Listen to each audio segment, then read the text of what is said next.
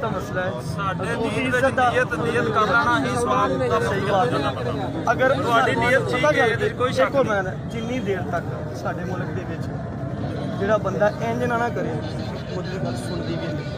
ਇੰਜੀ ਗੱਲ ਹੈ।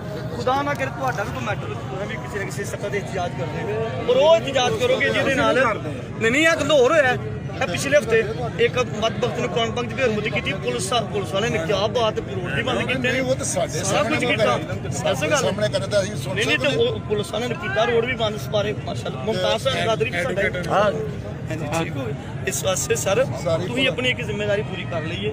ਮੈਂ ਸਹੀ ਅਰਜ਼ ਕਰਾਂਗਾ ਕਿ ਤੁਸੀਂ ਗੁਨਾਹਗਾਰ ਨਾ ਹੋਇਆ ਨਹੀਂ ਅਸੀਂ ਕੋਈ ਕੱਲ ਨੂੰ ਇਹ ਹੋ ਜਾਏ ਕਿ ਗੁਨਾਹ ਜਾਂ ਸਵਾਬ ਹੈ ਅੱਲਾਹ ਤਾਲਾ ਦੀ ਪਾਕ ਜ਼ਾਤ। ਨਹੀਂ ਇੱਕ ਤੁਹਾਡੀ ਨੀਅਤ ਵੀ ਠੀਕ ਹੈ, ਅਸੀਂ ਮੰਨਦੇ ਆ, ਲੇਕਿਨ ਨੀਅਤ ਹੋ ਜਾਣਾ ਕਾਫੀ ਹੁੰਦਾ। ਨੀਅਤ ਤੋਂ ਹੀ ਸਵਾਬ ਜ਼ਰੂਰੀ ਇਸਤਿਜਾਜ ਤੁਹਾਡਾ ਹੱਕ ਹੈ। ਹੱਕ ਹੈ, ਨਹੀਂ ਉਹ ਤੁਹਾਡਾ ਅਕਾਊਂਟ ਉਹ ਕਰੋ। ਸਾਨੂੰ ਨਹੀਂ ਅਕਾਊਂਟ ਨਹੀਂ ਅਸੀਂ ਲੇਕਿਨ ਜਿਹੜਾ ਤੰਗ ਸਰਬੋ ਕੇ ਖੁਦਾ ਨੂੰ ਤੰਗ ਕਰਨਾ ਨਹੀਂ ਸਰ ਮਖਲੂਕ ਖੁਦਾ ਦੇ ਅਸੀਂ ਜਿਹੜੀ ਇਹ ਨਾ ਗੱਲ ਹੈ ਨਬੀ ਅਕਰਮ ਸੱਲੱਲਾਹੁ ਅਲੈਹਿ ਵਸੱਲਮ ਤੇ ਆਕਾ ਦੋ ਜਾਨ ਉਹ ਤੇ ਸਾਰੀ ਰਹਿਮਤੁਲ ਆਲਮੀਨ ਦਾ ਨਿਕਲ ਕੱਲੇ ਮੁਸਲਮਾਨਾਂ ਦੇ ਤੇ ਨਹੀਂ ਹੋ ਉਹ ਤੇ ਪੂਰੀ ਰਹਿਮਤੁਲ ਆਲਮੀਨ ਨੇ।